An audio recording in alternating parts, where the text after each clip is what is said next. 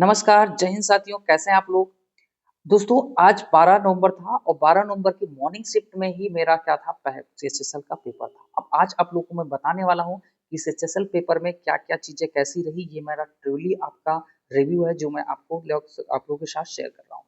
दोस्तों सबसे पहले मैं बता दूँ कि मेरा जो स्लॉट टाइमिंग था, सुबह मॉर्निंग का फर्स्ट शिफ्ट था, जिसमें मैंने आज ही के दिन क्यों बुक किया था, मेरा ये एक रीज़न था कि मैं एक्चुअली जिस दिन आया था स्लॉट बुक करने के लिए, उसी दिन मैंने रात में बुक कर लिया था क्योंकि मेरे घर में कुछ फंक्शन होने के कारण मैंने क्या किया था 12 को ही बुक कर लिया था और जैसा कि मैंने बुक किया था सारी चीज़ें ठीक रहीं और सबसे पहले मैं एग्ज़ाम सेंटर की बात करूँ तो एग्ज़ाम सेंटर जहाँ मैंने बुक किया था लखनऊ में ही सेम सारी जगह सारी फैसिलिटी थी, वहाँ के सारे सिस्टम वगैरह सारे सब कुछ बहुत अच्छा था। बट सिस्टम थोड़ा ओल्ड था लेकिन कोई प्रॉब्लम सिस्टम में नहीं आई, ठीक है?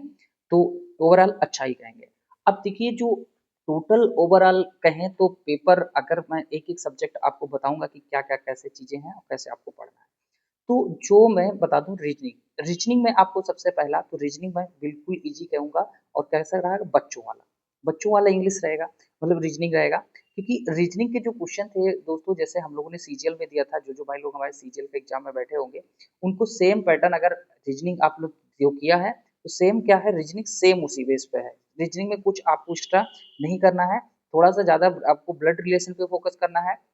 और जो बॉड मास रूल बेस्ड जो क्वेश्चंस आते हैं उस पर करना है और साथ में एक और चीज ध्यान रखना है कि सिटिंग अरेंजमेंट के भी एक दो क्वेश्चन थे, ठीक है? तो आपको रीजनिंग का जो भी टॉपिक रहा आपको अच्छे से बस रेडी करना है और उसको बस प्रैक्टिस करके जानी है, ठीक है? अब मैथ की मैं बात करता हूँ तो मैथ जो रहा मैथ का भी काफी अच्छा रोल रहा। मैथ में जैसे हमारे पास टीसीएस एग्जाम पीवाईक्यू के बेस पे कहूँ तो जैसे टीसीएस जो एग्जाम कराती थी तो मैथ में क्या होता था कि मैथ के उसमें बेसिक के साथ साथ एडवांस एडवांस के कुछ क्वेश्चंस उसमें होते थे। इसमें भी ऐसा नहीं कि एक दो क्वेश्चन नहीं देखा गया, एक दो क्वेश्चन था जो कोऑर्डिनेट ज्योमेट्री के बेस पे था। कोऑर्डिनेट ज्योमेट्री का एक क्वेश्चन था और भी जैसे कि ज्योमेट्री की मैं बात करूँ तो ज्योमेट्री से लगभग आपके मेंसुरेशन के क्वेश्चन बहुत ज्यादा थे और मेंसुरेशन क्वेश्चन जैसे क्लास 9 10th के बेस पे सारी चीजें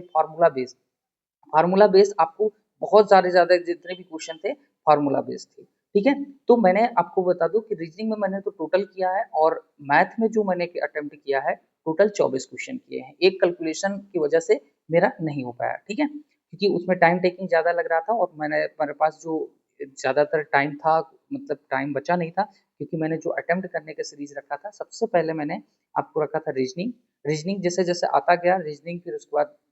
जीएस आता था मैथ, तो पहले मैं रीजनिंग किया फिर उसके बाद मैंने मैथ किया क्योंकि दो चीजें मेरे भी बहुत वो हैं जिससे मैं जिसको मैं ज्यादातर अपना वो मान के चलता हूँ एक्यूरेसी जिसमें मेरी सबसे हाई है वो इसी तरीके से मैंने किया, ठीक है? मैथ की क्वेश्चंस करने के बाद अब हमारे पास जो अगला टाइम बचा था जीएस। जीएस के दोस्तों बता दूं कि जीएस का जैसे आप लोग सीजीएल में स्टेटमेंट बेस्ड क्वेश्चन ज्यादा था लेकिन इसमें ऐसा कुछ स्टेटमेंट क्वेश्चन बेस्ड नहीं था। इसमें डायरेक्टली क्वेश्चन थे और किन किन टॉपिक को आपको ज्यादा पढ़ के जाना है तो ज्यादातर बता दूं कि आर्टिकल्स जो है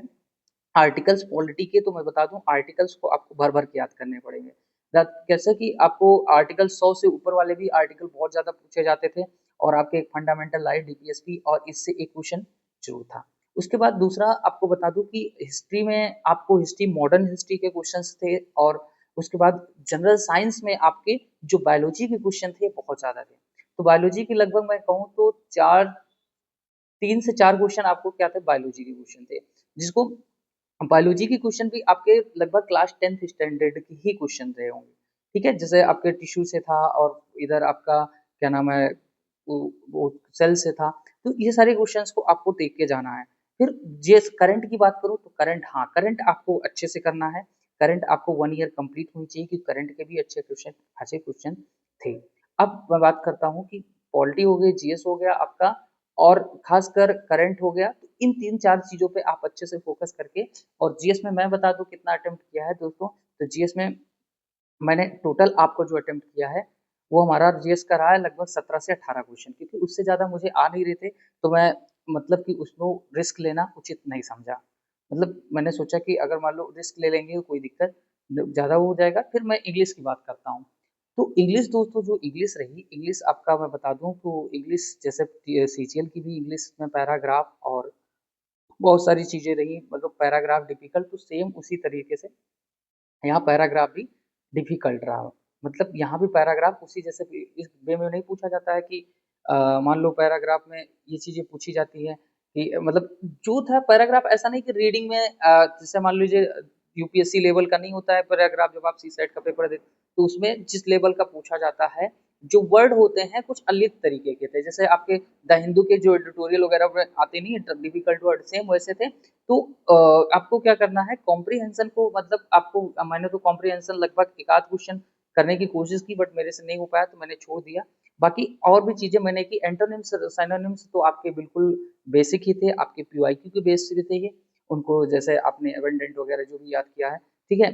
ये सब सारी चीजें मतलब इसी बेस पे थे और आपको पूरा उसी बेस पे मिल जाएंगे ठीक है तो इंग्लिश में मैं ओवरऑल कहूँ तो आपको ज्यादातर पैराग्राफ पर ज्यादा भरोसा मत करके जाना क्योंकि मैंने भी तो नहीं किया लेकिन अगर आपकी इंग्लिश अच्छी है तो आपने किया होगा तो आप प्रैक्टिस करके जाइएगा ठीक है और मैं कहता हूँ कि आप लोग जितने जितने भाई लोगों ने ज़्यादा से ज़्यादा प्रैक्टिस की है उनका काफ़ी अच्छा जाएगा और जैसे मैंने ज़्यादा तो मैं टेस्ट लगा नहीं पाया था बट ठीक है जितना मैंने लगाया था उस हिसाब से मेरा जितना एक्सपेक्ट किया था उससे कहीं अधिक कर पाया दोस्तों तो मैं यही ओवरऑल आप लोगों से कहना चाहूंगा कि क्या पढ़ के जाना है तो मैं बता दूं कि रीजनिंग में आपको कुछ नहीं रीजनिंग में आपको प्रैक्टिस करके जाना है जितना आप लोगों ने अभी तक पढ़ा उतना ही सफिशियंट है रीजनिंग के लिए कोई पैनिक नहीं होना है रीजनिंग सबका आसान था मतलब एकदम बच्चों वाला है तो रीजनिंग का आपको और हाँ ये भी मान के चलना है कि रीजनिंग में total total total by total आपको करके आना है फिर मैथ की बात करूँ तो मैथ में आपको फार्मूला बेस आपको फार्मूला सारा फार्मूला बेस बिल्कुल प्रैक्टिस करके जाना है और कैलकुलेशन की थोड़ी स्पीड और एक्यूरेसी को बढ़ा लेना है बस और ज़्यादातर एडवांस का उतना पूछा नहीं जा रहा है तो एडवांस पे उतना फोकस मत करके जाइएगा उसके बाद मैं बता दूं कि रीजनिंग हो गया आपका मैथ हो गया अब इंग्लिश में क्या करना है इंग्लिश में आपने अभी तक जितना पढ़ा है बस उसी को रिवाइज कर लीजिए एक दो आपको टेस्ट फिर से कर लीजिए अगर आपका स्लॉट देर में है जैसे जो लास्ट में 29 के आसपास है तो उनका क्या है कि आपको उनको क्या करना है कि बस प्रैक्टिस करते रहना है उसके बाद जीएस की बात करूँ तो जीएस में आप पॉलिटी को ज्यादा फोकस कर दीजिए मॉडर्न को ज्यादा फोकस कर दीजिए और जनरल साइंस और करंट अफेयर इतने अगर आप चीजों को चार फोकस कर ले आ रहे हैं तो आपका बहुत अच्छा जाने वाला है ज्योग्राफी के तो आपके नॉर्मल क्वेश्चन आप लोगों को उस लेवल का आता ही होगा ठीक है तो दोस्तों ये रहा कुछ हमारा ओवरऑल रिव्यू और मैं ओवरऑल बता दूं कि पेपर कैसा रहा अगर रिव्यू की बात करूं तो मैं पेपर में कहूंगा इजी टू मॉडरेट उससे ज्यादा आपको डिफिकल्टी लेवल पे नहीं जाना है ठीक है तो इस हिसाब से मैं मान के चलूं आपको कितना अटेम्प्ट करना चाहिए दोस्तों ऐसा नहीं मैंने आपको टोटल में बता दूं कि मैंने 88 अटेम्प्ट किया है आपको भी अगर 80 से आपको 85 प्लस ही अटेम्प्ट करना है अगर आप सेफ जोन में रहना चाहते हैं क्योंकि पेपर में इतना डिफिकल्ट नहीं था तो कट ऑफ हाई जाने के चांसेस मुझे लगते हैं ज़्यादा है ठीक है तो दोस्तों ऐसे हमारे साथ बने रहिएगा और भी आपको न्यूज़ जो भी कुछ इससे कुछ मिलता रहेगा मैं आपको अपडेट करता रहूँगा जय हिंद जय भारत